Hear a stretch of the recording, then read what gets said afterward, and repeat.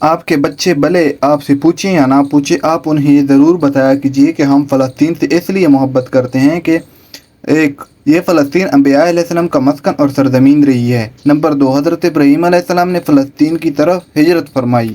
Number 3، اللہ تبارک و تعالیٰ نے حضرت لوط علیہ السلام کو اس عذاب سے نجات دی جو ان کی قوم پر اسی جگہ نازل ہوا تھا۔ نمبر 4، حضرت داؤد علیہ السلام نے اسی سرزمین پر سکونت رکھی اور یہی اپنا ایک محراب بھی تعمیر فرمایا۔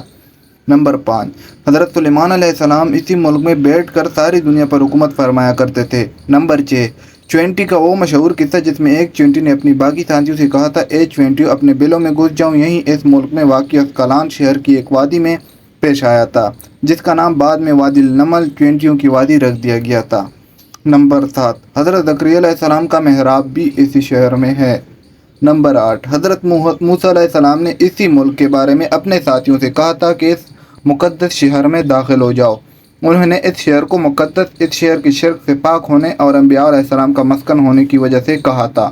نمبر 9، اس شہر میں کئی معجزات وقوع پذیر ہوئے جن میں ایک کنواری بی بی حضرت مریم کے بطن سے حضرت عیسیٰ علیہ السلام کی ولادت مبارکہ بھی ہے۔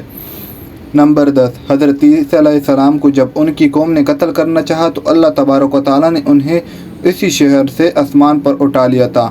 نمبر 11، ولادت کے بعد جب عورت اپنی جسمانی کمزوری کی انتہا پر ہوتی ہے، ایسی حالت میں بی بی مریم کا کھجور کے تنے کو ہلا دینا بھی ایک معجزہ الہی ہے۔ نمبر 12، قیامت کی علامات میں سے ایک حضرت عیسیٰ علیہ السلام کا زمین پر واپس تشریف اسی شہر کے مقام سفید مینار کے پاس ہوگا۔ نمبر 13، اسی شہر کی ہی مقام باب اللت پر حضرت عیسیٰ علیہ السلام مسیح دجال کو قتل کریں گے۔ نمبر 14، فلسطین ہی ارض معشر ہے۔ نمبر 15، اسی شہر سے ہی یجوج و مجوج کا زمین میں قتال اور فساد کا کام شروع ہوگا۔ نمبر 16، اسی شہر میں وقوع پذیر ہونے والے قصوں میں سے ایک قصہ طالوت اور جالوت کا بھی ہے۔ نمبر 17، فلسطین کو نماز کی فرضیت کے بعد مسلمانوں کا قبلہ اول ہونے کا اعزاز بھی حاصل ہے۔ ہجرت کے بعد حضرت جبرائیل علیہ السلام دوران نماز ہی حکم ربی سے آقا علیہ السلام کو مسجد اقصی سے بیت اللہ کعبہ مشرفہ مکہ مکرمہ کی طرف رخ کرا گئے تھے۔ جس مسجد میں یہ واقعہ پیش آیا وہ مسجد آج بھی مسجد قبلتین کہلاتی ہے۔ نمبر 18، حضرت اکرم صلی اللہ علیہ وسلم حضور صلی اللہ علیہ وسلم معراج کی رات آسمان پر لے جانے سے پہلے مکہ مکرمہ سے یہاں بیت المقدس لائے گئے۔ 19، سرکار دو عالم صلی اللہ علیہ وسلم کی اقتداء میں انبیاء علیہ السلام نے یہاں نماز اور فرمائی، اسی طرح فلسطین ایک بار پھر سارے انبیاء کا مسکن بن گیا۔ 20، سیدنا ابو ذر کہتے ہیں کہ میں نے رسول اللہ صلی اللہ علیہ وسلم سے عرض کیا کہ زمین پر سب سے پہلی مسجد کون سی بنائی گئی؟ تو آپ صلی اللہ علیہ وسلم نے فرمایا کہ مسجد الحرام یعنی خانہ کعبہ۔ میں نے عرض کیا کہ پھر کون سی مسجد بنائی گئی؟ آپ صلی اللہ علیہ وسلم نے فرمایا کہ مسجد الاقصی یعنی بیت المقدس۔ میں نے پھر عرض کیا کہ ان دونوں کے درمیان کتنا فاصلہ تھا؟ آپ صلی اللہ علیہ وسلم نے فرمایا کہ 40 برس کا، اور تو جہاں بھی نماز کا وقت پالیں وہیں نماز ادا کر لے، بس وہ مسجد ہی ہے۔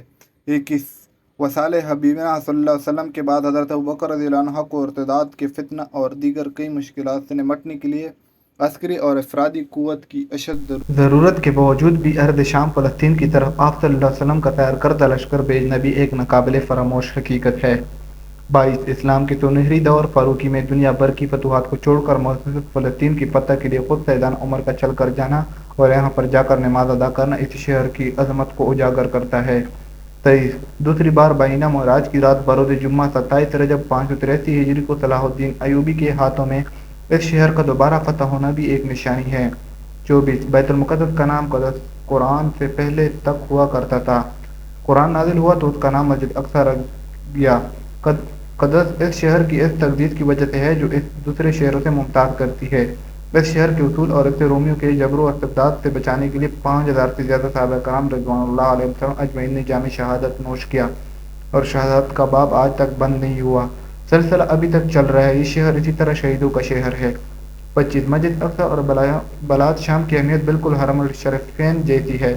جب قرآن پاک کی آیات نازل ہوئی تو ابن عباس کہتے ہیں کہ ہم نے بلا شام کو تین انجیر سے بلاد فلسطین کو، اور زیتون سے، اور الطور سنین کو مصر کے پہاڑ کوہ طور جس پر جا کر حضرت نوح علیہ السلام پاک سے کلام کیا کرتے تھے سے استدلال کیا۔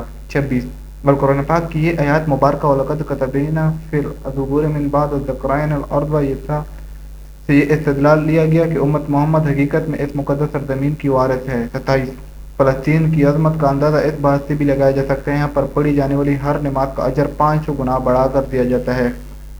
نوٹ تحریر معلوم نہیں کس کی ہے، لیکن چونکہ اہم معلومات ہے اس لیے اپنی وال پر چسپاں کر دیا۔ آیات میں نے صحیح سے نہیں پڑھی کیونکہ اس میں زبر زیر نہیں تھا، تو اگر کوئی غلطی ہو تو معاف کیجیے گا، باقی ہمارے چینل کو لائک اور سبسکرائب کیجیے، شکریہ۔